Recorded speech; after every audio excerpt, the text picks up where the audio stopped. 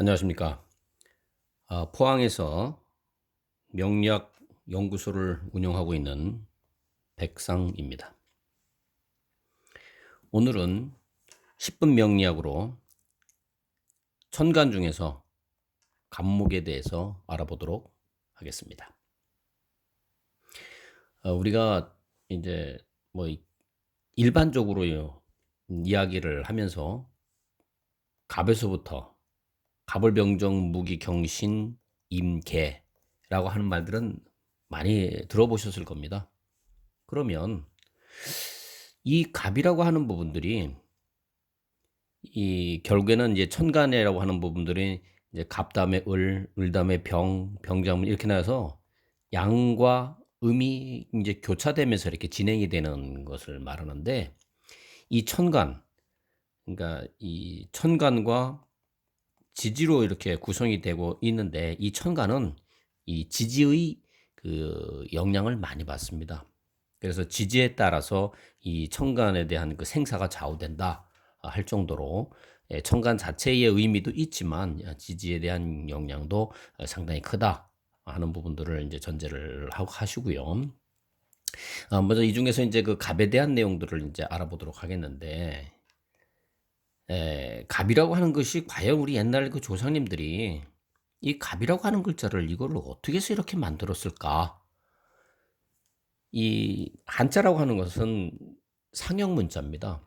결국에는 있는 사물을 그대로 보고 그것을 문자화한 거죠. 그렇다 그러면 굳이 이것을 우리가 읽을 때는 갑이라고 읽지만 이 모양을 알게 되면 결국은 굳이 암기할 필요가 없습니다. 또 지금 이제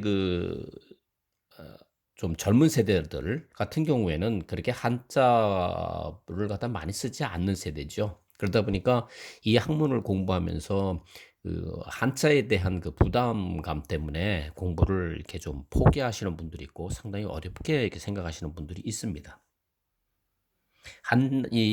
우리 명리학에서 사용되는 한자는 십간십이지, 그러니까 10개, 갑을병정 무기경신임계, 그 다음에 지지의 자축인묘 진사음이 신유술해만 알아도 이 감명하는 데는 전혀 지장이 없습니다. 네, 그렇다 그러면 오늘 이제 갑에 대해서 먼저 알아보겠는데요. 이 갑이라고 하는 거는 처음에 뭔가가 이렇게 이제 생성이 돼가지고서 자연에서 나왔을 때 이제 겨울이 이제 이렇게 지나고 나서 뭔가 이게 땅에서부터 뭔가가 하나 이제 이 씨앗이 날이 따뜻해지면서 이제 이 나오기 시작하죠. 이 태동을 하기 시작합니다. 이 태동을 한 것이 이제 결국 이제 위에서부터 태동을 하는 거지만 이건 나중에 이제 이게 위에 나올 때 보면은 이 씨가 위에 이렇게 올라오는 형태가 되죠. 그러면서 여기서 올라오면서부터 이렇게 이제 싹이 이렇게 돋아나기 시작을 합니다. 이 싹이 돋아난다는 거죠. 그러니까 이 지면에서부터 뭔가 밑에 있는 그 뿌리가 내리면서 올라가기 시작한 것이 자라면서 싹이 나고 여기서 이제 줄기가 나오면서 이제 그 떡잎은 없어지고 이제 가지를 뻗고 그다음에 가지에서부터 이제 이파리가 이렇게 이제 나오기 시작하는 이런 모양들을 갖는 거죠. 결국은 이제 아래에서부터 해서 보셨던 것과 마찬가지로 지면에서부터 뭔가가 어떤 하나의 물체가 뿌리를 내려서 올라가는 형태. 그래서 이것이 가지를 뻗고 올라가는 형태. 그래서 이 모양을 보고서 이게 이제 갑이라고 하는 그런 글자가 만들어진 겁니다. 그래서 이 갑이라고 하는 그 갑목에 대한 특징은 양목이라고 그랬습니다. 양에 해당된다고 그랬습니다. 이 양목에 해당되는 부분들은 뭐냐면 결국은 어, 앞으로 밀고 나가는 성질이 있는 거죠. 직선적이라는 겁니다. 그래서 이 갑이라고 하는 것은 나무는 이 자라면서 위로 올라가는 그러한 성질을 갖고 있기 때문에 이 한 방향으로 올라가는 어떤 그런 기운을 얘기합니다. 그러다 보니까 이 올라가는 기운, 봄에 올라온다 해서 그걸 갖다가 우리가 사물로 얘기해서 큰 나무다. 이렇게 일반적으로 얘기하는데 이 큰 나무만 목이 아닌 겁니다. 우리가 어떤 성질이 올라가는 거를 얘기를 하는 거죠. 그래서 이런 부분들이 얼핏 보면 올라가는 거니까 뭐처럼 생겼습니까? 이 로켓 같이 또 이 생겼다고도 보여지는데, 네. 그런 걸 갖고 있는 겁니다. 그래서 이거는 위로 올라가는 거니까 이 성질을 보게 되면 이 간목에 대한 성질을 보게 되면 간목은 위로 올라가는 거니까 위라고 하는 거는 미래를 얘기하는 거죠. 그래서 미래지향적이다.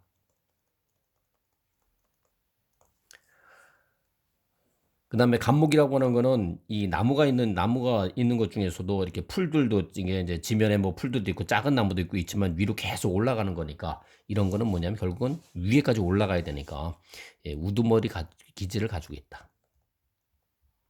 우두머리 기질을 가지고 있다. 또 나무가 위로 올라가기 위해서는 주변에 있는 상황을 살필 여유가 없습니다. 그러니까 그걸 하는 것이 아니죠. 그러니까 결국 뭐냐면 주변을 무시한다. 그러다 보니까 주변 무시하고 하는 혼자만 나가니까 결국 어떻게 됩니까? 유연성 또는 융통성이 없습니다.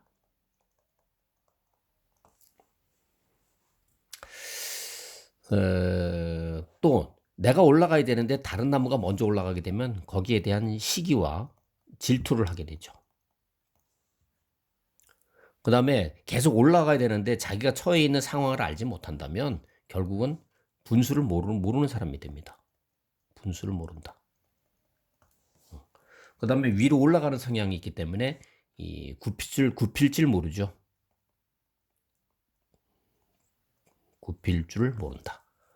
그 다음에 한 방향으로 나간다는 건 사람이 솔직하다는 얘기고, 그 다음에 내가 만약에 올라가지 못해가지고서 이렇게 해서 이렇게 좌절하게 되면 그것을 내 탓으로 하는 게 아니라 남의 탓으로 합니다.